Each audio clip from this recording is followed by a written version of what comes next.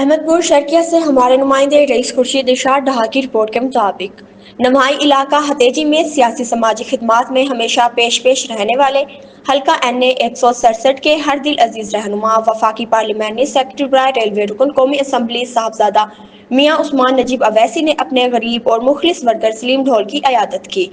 روزنامہ سلطان ملتان کے نمائندے سلیم ڈھول گزشتہ روز ایکسیڈنٹ کا شکار ہوئے تھے۔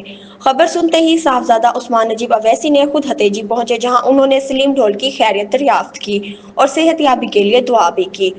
اس موقع پر میاں عثمان نجیب اویسی کے ہمراہ ان کے پرسنل سیکرٹری حاجی عتیق احمد چودھری، عبداللہ میوں سمیت دیگر رہنما بھی موجود تھے۔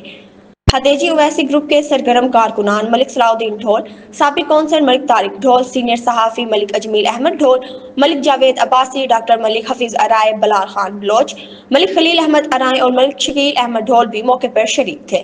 عوامی حلقوں نے صاحبزادہ میاں عثمان اویسی کے اس جذبہ ہمدردی کو خوب سراہا۔